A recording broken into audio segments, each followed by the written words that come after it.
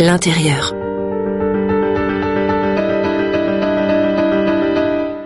Jeudi soir. À son regard, elle comprend qu'il vient de franchir la limite, qu'il a arraché les derniers lambeaux de civilisation qui couvraient encore son corps.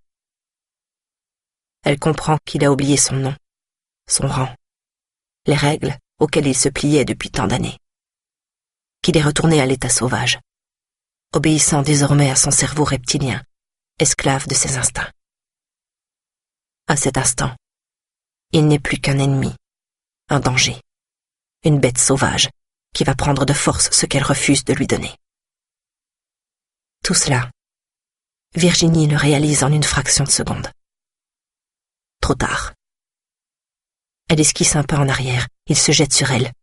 La chute est brutale, mais Virginie garde ses esprits. Elle se débat, rampe, pour tenter de lui échapper. Il est le plus fort, il est féroce.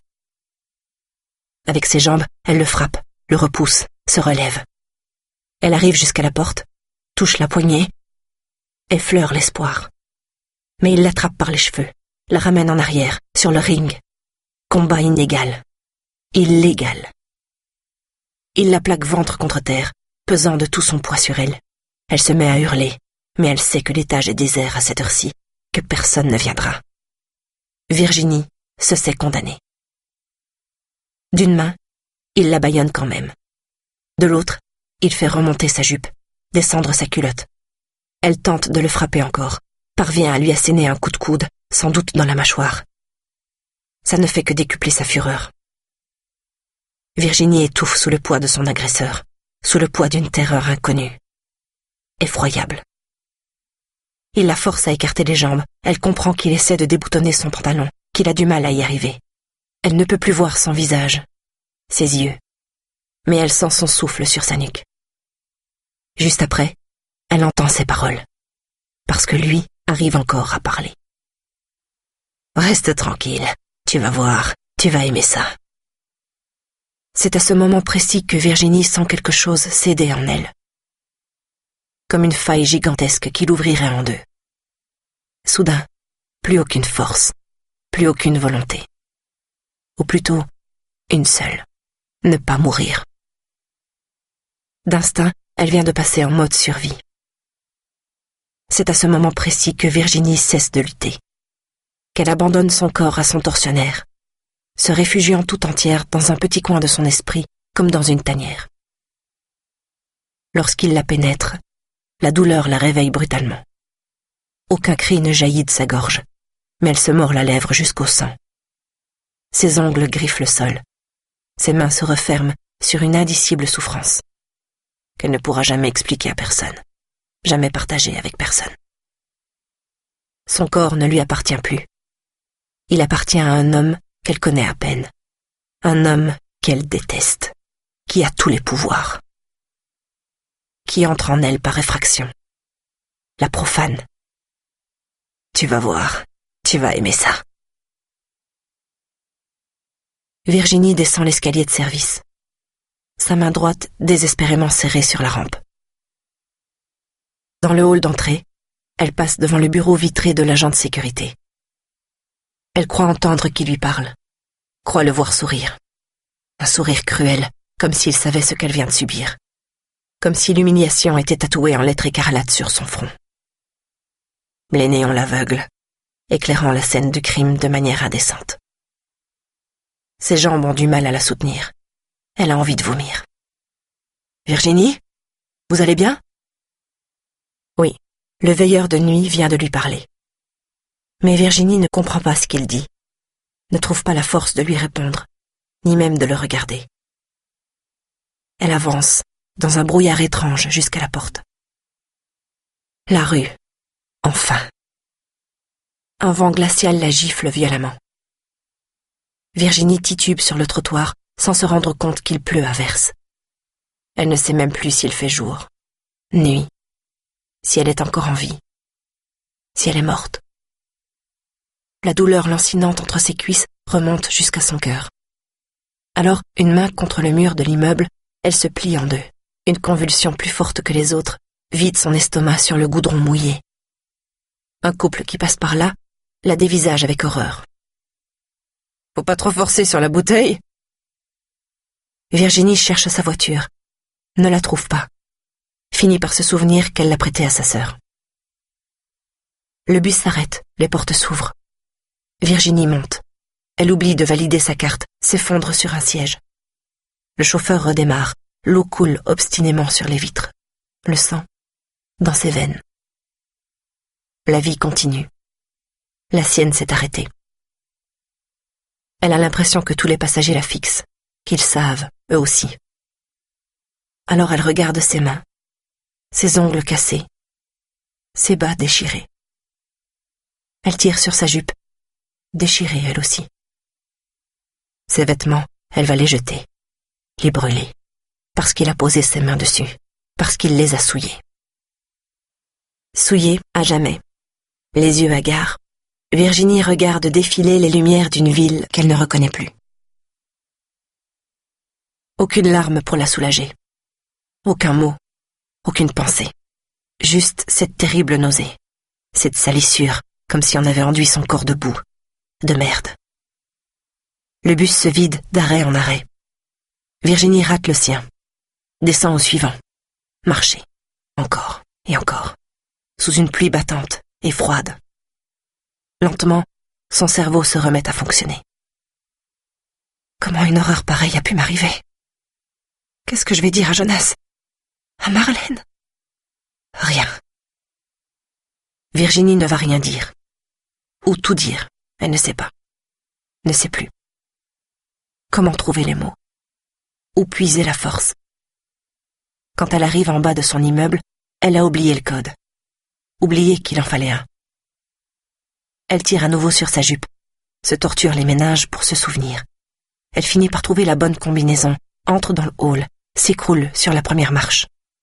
Elle tremble, de la tête aux pieds. Son souffle est court, saccadé. Pourvu que personne n'entre, que personne ne me voie. Virginie fume une cigarette, jette le mégot par terre. Le piétine avec rage, mais sans aucune force. Tu vas voir, tu vas aimer ça. Elle entre dans l'ascenseur, se fige face à son reflet dans le miroir. La bouche ouverte, elle fixe ce visage qui n'est pas le sien. Cette femme qui ne lui ressemble pas. Cette victime impuissante. Quand elle arrive à son étage, elle s'éternise dans la cabine, essayant de se recoiffer. Elle quitte enfin l'ascenseur, resserre son manteau sur son corps saisi d'effroi, transi de froid.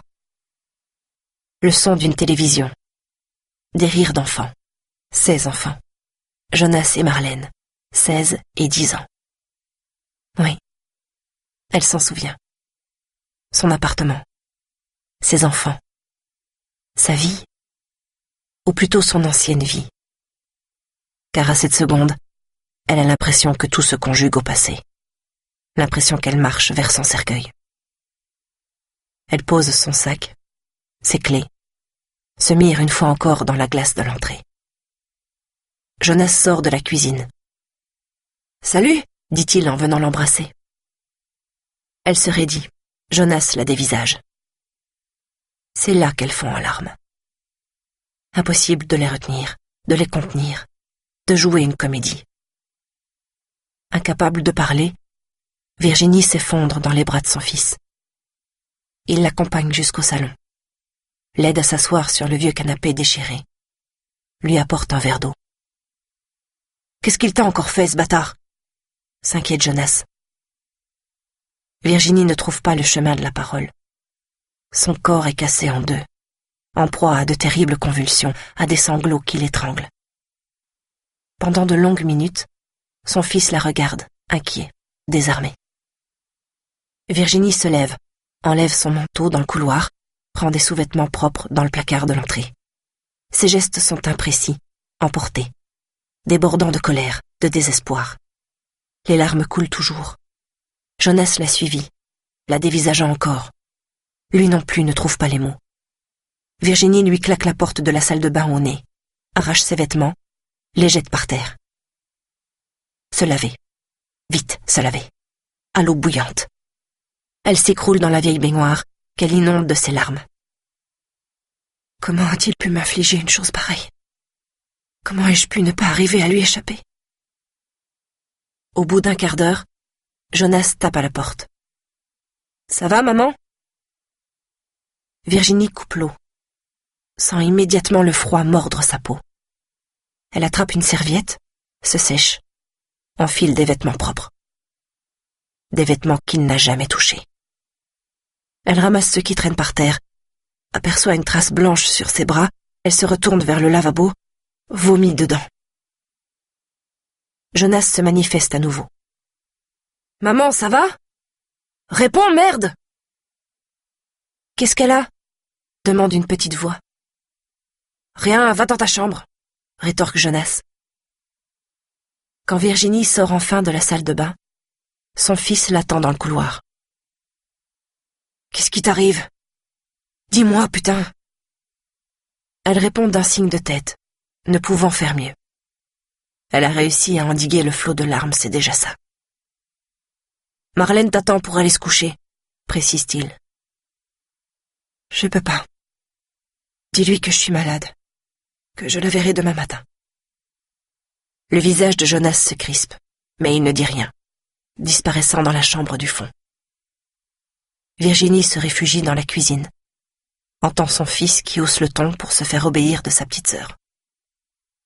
Elle ouvre la fenêtre, respire l'air froid et humide, comme pour nettoyer l'intérieur de son corps.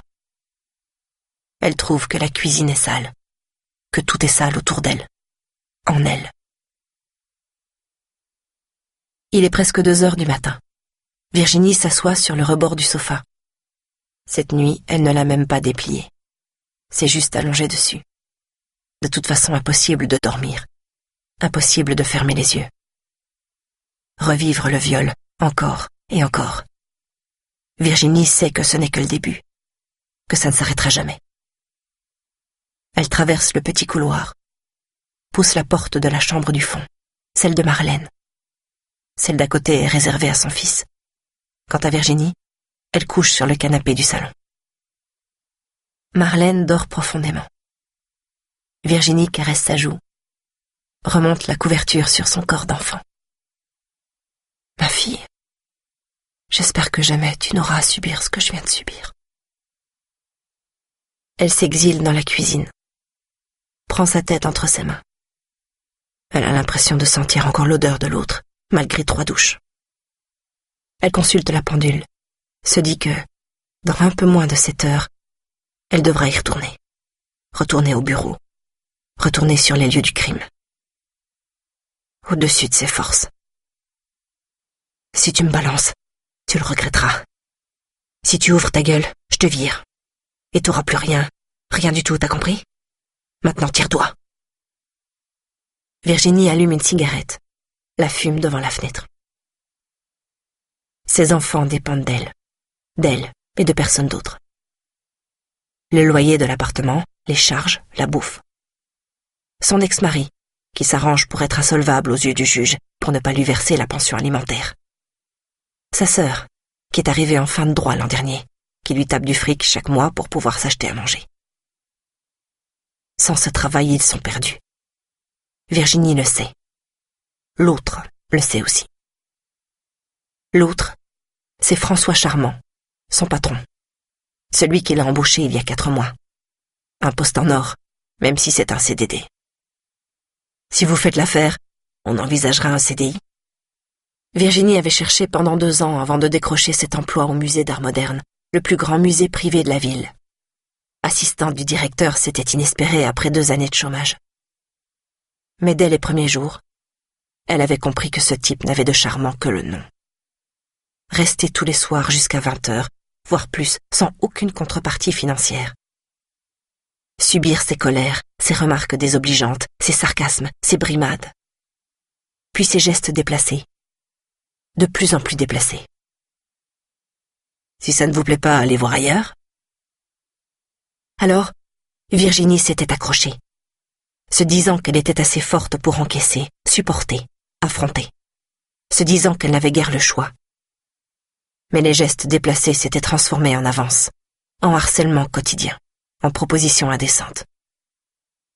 Jusqu'à ce soir, Virginie avait repoussé ses assauts, esquivé ses demandes. Elle n'aurait jamais cru qu'il franchirait la limite, qu'il se transformerait en violeur. Elle n'aurait jamais cru que ça lui arriverait, à elle. Assise dans sa cuisine, Virginie se souvient de la joie qu'elle avait ressentie, de la fierté aussi.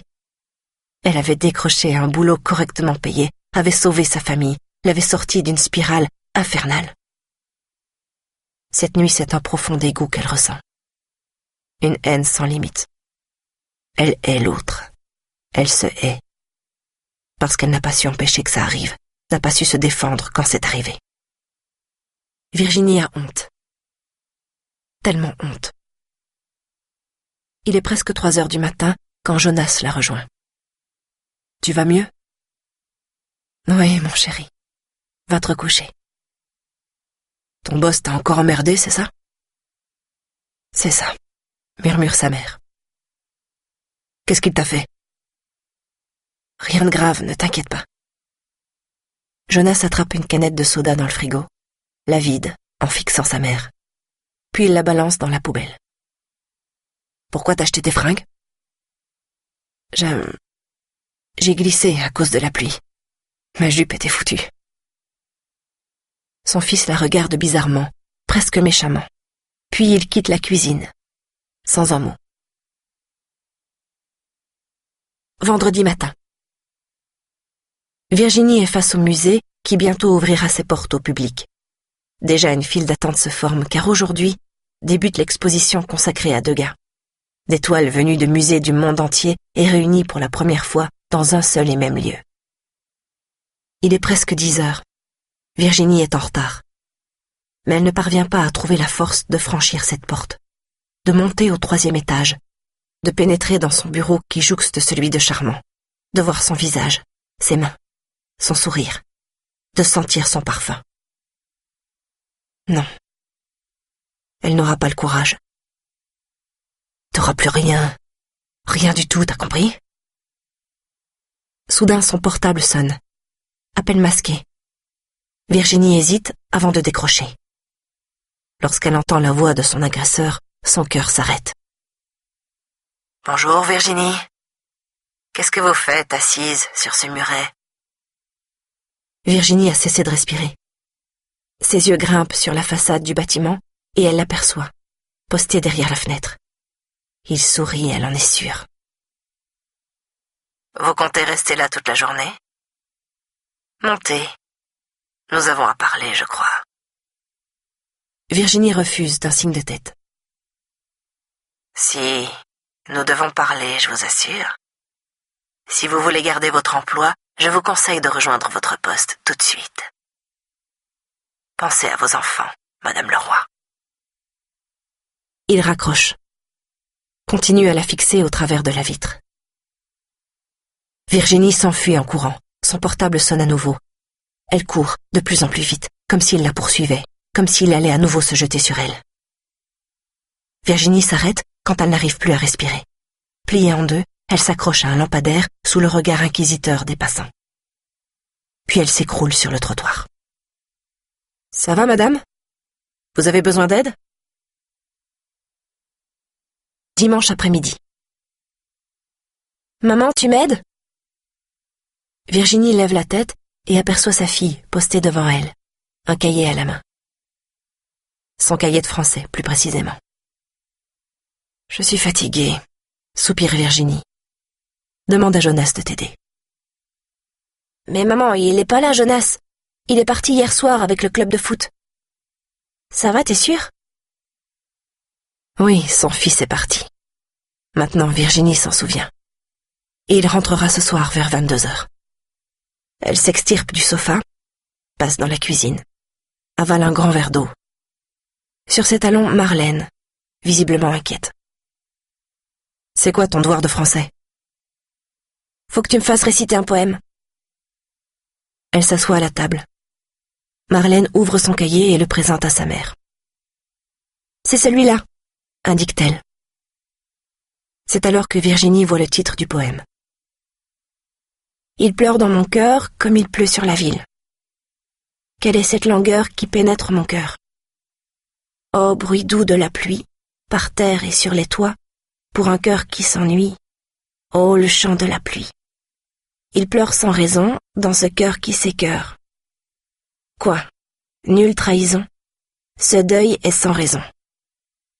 C'est bien la pire peine de ne savoir... Marlène s'interrompt et dévisage sa mère. Maman, tu m'écoutes? Maman. Dimanche soir. Jonas pose son sac de sport dans l'entrée, passe dans la cuisine. Sa mère fume une cigarette devant la fenêtre. Salut maman. Salut mon fils. Tu m'as pas gardé à manger? Tu m'as oublié ou quoi? Virginie écrase sa cigarette dans le cendrier. Je vais te préparer quelque chose vite fait. C'est bon, ça ira. J'ai pas très faim de toute façon. Tu me demandes pas si on a gagné? Virginie allume une autre cigarette. 10 secondes plus tard, elle entend son fils claquer violemment la porte de sa chambre. Lundi matin. Il pousse la porte, pose les yeux sur elle et sourit. Un abominable sourire qui n'a nul besoin de sous-titres. Domination. Humiliation. Virginie garde les yeux rivés sur son écran. Elle sursaute quand Charmant ferme la porte du bureau. Se fige lorsqu'il s'approche. Bonjour Virginie. Vous avez passé un agréable week-end? Elle serre les dents. Des gouttes de sueur commencent à perler sur son front. Vous avez perdu la parole? Il s'assoit en face d'elle, continuant à sourire, à la rabaisser du regard. Vous n'étiez pas là vendredi, et je n'ai reçu aucun justificatif de votre part. Enfin, elle tourne la tête vers lui. La nausée revient aussitôt. Soudaine. Violente. Je suppose que vous avez eu un problème, continue Charmant. Je veux bien passer l'éponge. Mais il faudra rattraper votre journée de travail. Alors ce soir, vous resterez plus tard. Ce soir et les autres soirs, c'est d'accord? Virginie ferme les yeux. Envie de le tuer. De lui planter un couteau dans le ventre. De lui écorcher la figure, jusqu'à l'os. Si vous me touchez encore, je porte plainte. Son sourire s'élargit. Pardon? Je porte plainte, je vous dis. Vous voulez porter plainte contre moi? Mais pour quelle raison? Elle se lève, lui fait face. Ses mains tremblent, ses lèvres aussi. Lui est de marbre. Je raconterai tout. Madame Leroy, pardonnez-moi, mais je ne comprends pas un traître mot de ce que vous me dites. Vous êtes sûre que vous allez bien? Vous ne semblez pas dans votre état normal. Souhaitez-vous qu'on vous accompagne à l'infirmerie? Quand elle sent jaillir les larmes, elle se maudit. Charmant esquisse un nouveau sourire, plus cruel encore que le précédent. Puis il se lève. Prenez soin de vous, mon petit. Vous avez l'air fatigué, je vous assure.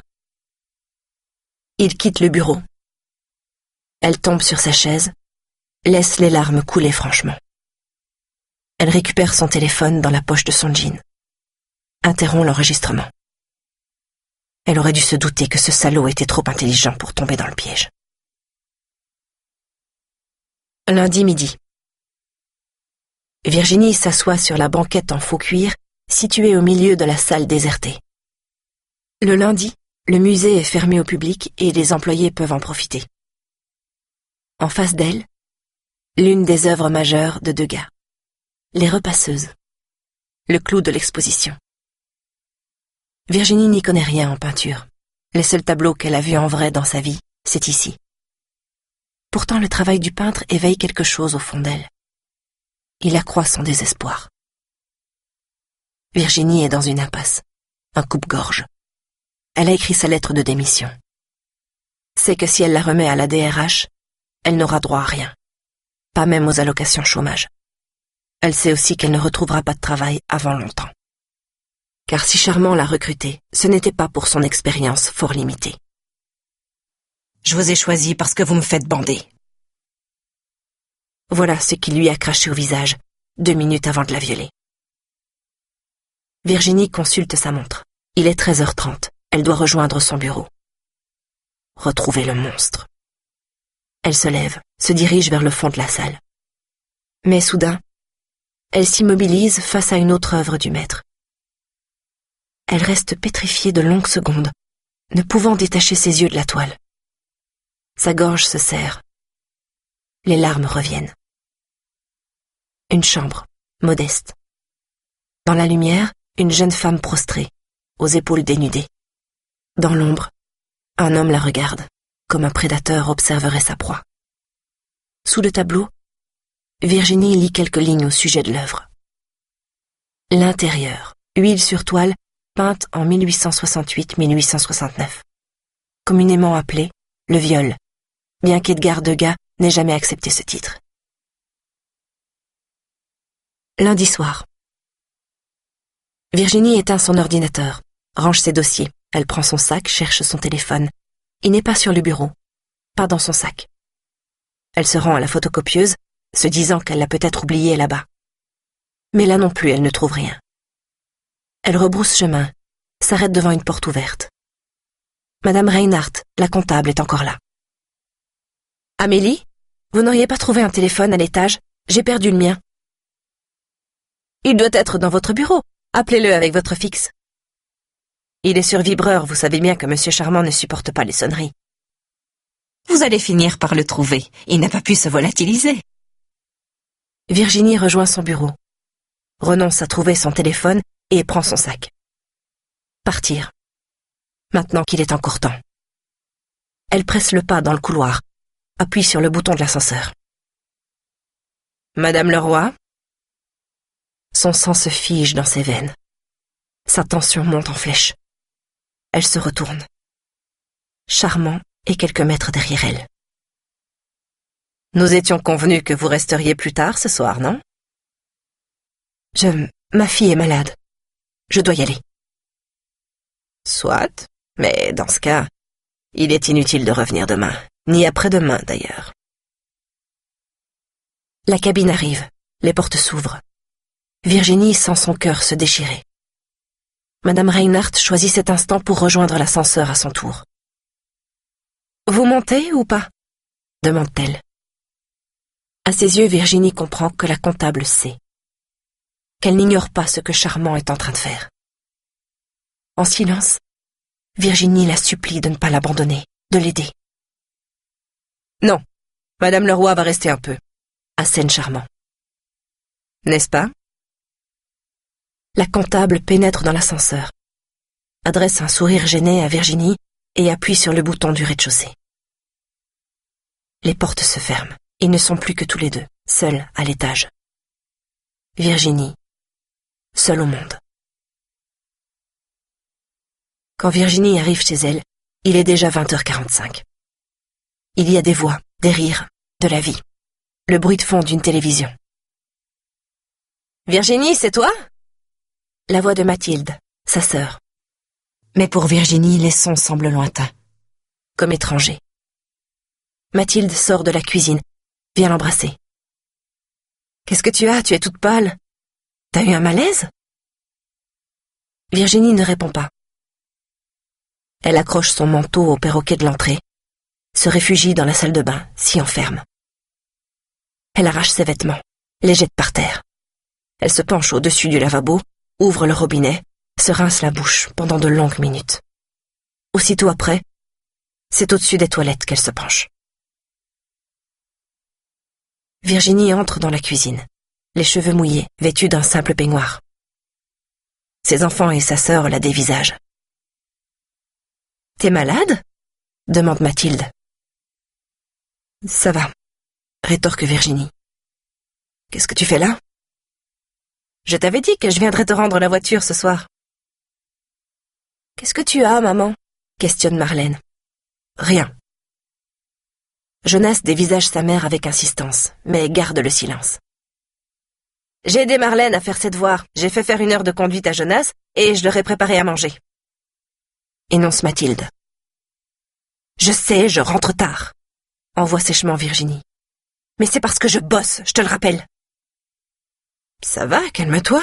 C'était pas un reproche. » Finalement, elle les abandonne et s'allonge sur le sofa du salon. Obscurité et solitude, c'est tout ce qu'elle demande, tout ce qu'elle peut encore supporter. Virginie a retrouvé son téléphone. Il était dans le tiroir du bureau de Charmant. « Si tu crois que tu vas réussir à me piéger, ma pauvre Virginie. Désormais, tu me remettras ton téléphone chaque matin et tu le récupéreras en fin de journée. Et chaque soir, tu resteras un peu avec moi. Sinon, je te dégage, sans préavis et sans indemnité. Alors si tu veux que tes gosses aient à bouffer le mois prochain, sois gentille. » Chaque soir, se mettre à genoux devant lui ou s'allonger sur le bureau. Voilà ce qu'il lui demande, ce qu'il lui ordonne. T'as pas de mec, je suis sûre que t'es en manque. Mais je vais arranger ça. En plus, je sais que je te plais. Si tu crois que j'ai pas vu comment tu me regardes, salope. Alors arrête de faire ta sainte-nitouche. Virginie ferme les yeux. Elle n'a même plus la force de pleurer, de se révolter. Elle a seulement envie de mourir. À cet instant, elle voudrait ne pas avoir d'enfant. Être libre. Libre de dénoncer ce salopard, de le traîner devant un juge. Libre de sauter par la fenêtre pour s'écraser 5 étages plus bas, avec comme épitaphe Virginie Leroy, 36 ans, morte de honte, de peur, de désespoir. Quand Virginie ouvre un œil, la maison est plongée dans le silence. La petite veilleuse du salon est allumée, et Virginie distingue une ombre dans le vieux fauteuil. « Jonas, quelle heure il est ? » « Minuit et quelques. » « Pourquoi tu n'es pas couché ? » ?»« J'ai pas sommeil. Qu'est-ce qui t'arrive, maman ? » ?»« Rien, » grogne Virginie, en s'asseyant sur le sofa. « Arrête. Cet enfoiré est en train de te rendre dingue. Faut que tu démissionnes. » Il parle comme s'il était l'homme de la maison. Depuis que son père est parti, Jonas a tendance à endosser ce rôle. « Ah oui, » rétorque sa mère. « C'est une excellente idée, mon fils. Mais explique-moi comment je ferai pour payer le loyer, la bouffe et tout le reste. » Jonas baisse la tête. Il reste silencieux un long moment. « Va te coucher maintenant. Il est tard. » Jeudi soir. Cette douleur au ventre. Comme si elle avait avalé des lames de rasoir. Cette douleur, Virginie la connaît bien désormais. Elle ne la quitte plus et se fait plus violente encore lorsque l'étage est désert. Lorsqu'il ne reste plus qu'une victime et son bourreau. Une douleur qui la tue à petit feu. Lentement, mais sûrement. Plus rien n'a de goût ni d'intérêt. Plus rien n'a de sens. Travailler pour gagner sa mort. Il va arriver d'une seconde à l'autre, et Virginie a l'impression qu'elle n'y survivra pas. Elle vide un gobelet d'eau, manque de s'étrangler. Charmant est à l'entrée du bureau, bras croisés. Il l'observe. « Tu as une sale tête, » dit-il d'un air désolé. « Tu te laisses aller, Virginie. » Il s'approche, se poste juste derrière elle. Virginie se raidit de la tête aux pieds. « Tu ne te maquilles plus, tu t'habilles mal. Tu crois que ça va me décourager ?» Les yeux de Virginie se posent sur le coupe-papier. « Ça ne suffirait même pas à le tuer, juste à m'envoyer derrière les barreaux. »« Ce serait bien que tu fasses un effort, » continue Charmant, en posant ses mains sur les épaules de la jeune femme. « Ça pourrait coller, nous deux, non ? Moi, j'en suis sûre. Mais pour ça, faudrait que tu te détendes un peu. » Le visage de Virginie se crispe encore plus. « Si vous me touchez, je me jetterai par la fenêtre, » murmure-t-elle. « Et vous devrez expliquer mon suicide. » Charmant sourit tristement. « Si tu fais ça, tes gosses finiront dans un foyer. Ils seront séparés, tu imagines ? Tu imagines ce qu'ils deviendront ? » Il serre légèrement sa poigne autour de son cou. « Je sais que tu es une bonne mère, Virginie. Tu ne peux pas souhaiter ça pour eux. Tu ne peux pas leur faire ça. Sois raisonnable. Si tu fais un effort, je te promets que tu ne le regretteras pas. Un CDI et une augmentation. Ça arrangerait tes affaires, non? Virginie se mure dans le silence, comme dans une armure, luttant seulement pour juguler ses larmes. Il y a une semaine, j'ai déconné, poursuit Charmant. Ça n'arrivera plus, je te le promets. Il fait pivoter la chaise sur laquelle Virginie est assise. La force à se lever, la pousse contre le bureau, déboutonne son chemisier. Virginie a quitté le musée. Assise, les mains sur ses genoux. Elle tremble de froid et regarde l'eau couler sur les vitres. Entre ses larmes, elle devine le parvis du musée. Ses quelques fenêtres éclairées. Virginie ne sait plus très bien ce qui sera le plus douloureux. Mourir ou le tuer. Car désormais, il ne reste que deux solutions. Elle aperçoit une silhouette quitter le musée. C'est lui, aucun doute. Charmant s'engage sur le passage clouté qui permet de traverser le grand boulevard. Encore quelques mètres sous cette pluie battante, et il sera dans le parking souterrain où l'attend sagement sa Passat. Et dans une demi-heure, il rejoindra sa femme et ses deux enfants, qui eux aussi l'attendent sagement. Il entend soudain un moteur lancé à pleine puissance. Voit deux phares foncer droit sur lui. Le choc, d'une rare violence, le projette 10 mètres plus loin. Virginie a le souffle coupé. Là, devant ses yeux, à quelques mètres d'elle, gît son bourreau. Son corps disloqué, son crâne fendu, le sang qui s'en échappe et se répand sur l'asphalte mouillé. Elle se lève, sort de l'abribus et tourne lentement la tête. Son regard croise celui du conducteur de la voiture. Le regard de son fils.